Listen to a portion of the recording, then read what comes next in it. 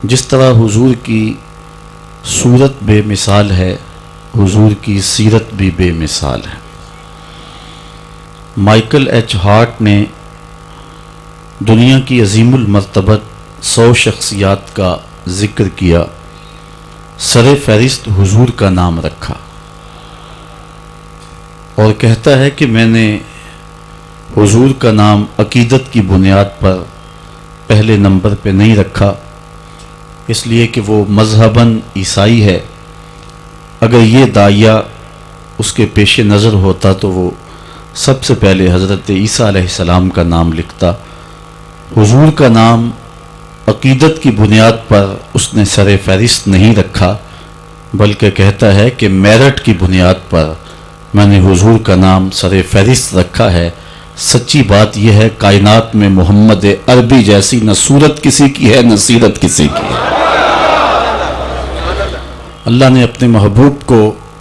سیرت کا وہ جمال اور وہ حسن عطا کیا کہ خود ارشاد کیا،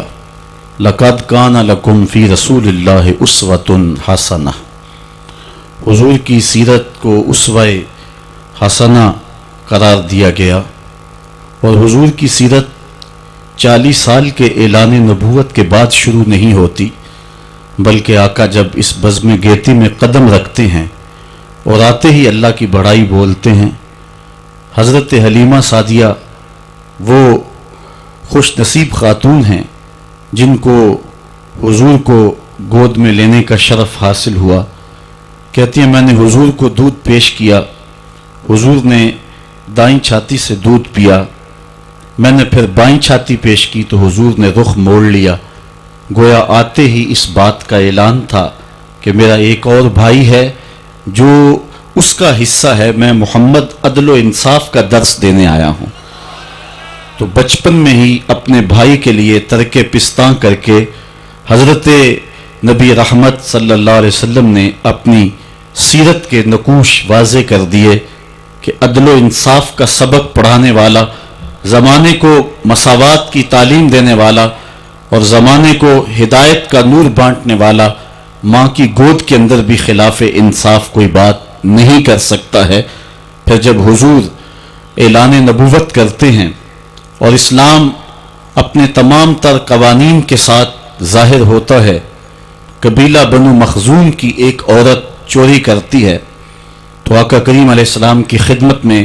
حضرت اسامہ بن زید بن حارثہ کے ذریعے سے عرض کیا جاتا ہے، حضور یہ عظیم المرتبت قبیلے کی خاتون ہے اور چوری کر بیٹھی ہے، اگر اس کے لیے رعایت کر لی جائے تو یہ بہت مفید ہوگا۔ حضور علیہ السلام کے چہرے پہ سرخیاں دوڑنے لگیں، فرمایا تم سے پہلے لوگ اسی لیے ہلاک کر دیے گئے، جب کوئی عام شخص گناہ کرتا تو اس پہ حد جاری کر دی جاتی، اور جب کوئی بااثر شخص گناہ کرتا تو اس کو چھوڑ دیا جاتا۔ فرمایا میری شریعت میں ایسا نہیں ہوگا، لو سرقت فاطمہ بنت محمد لقطع محمد یدہا، کہا یہ تو بنو مخزوم کی بچی ہے، اگر میری بیٹی بھی چوری کرتی تو محمد اس کا بھی ہاتھ کاٹ دے۔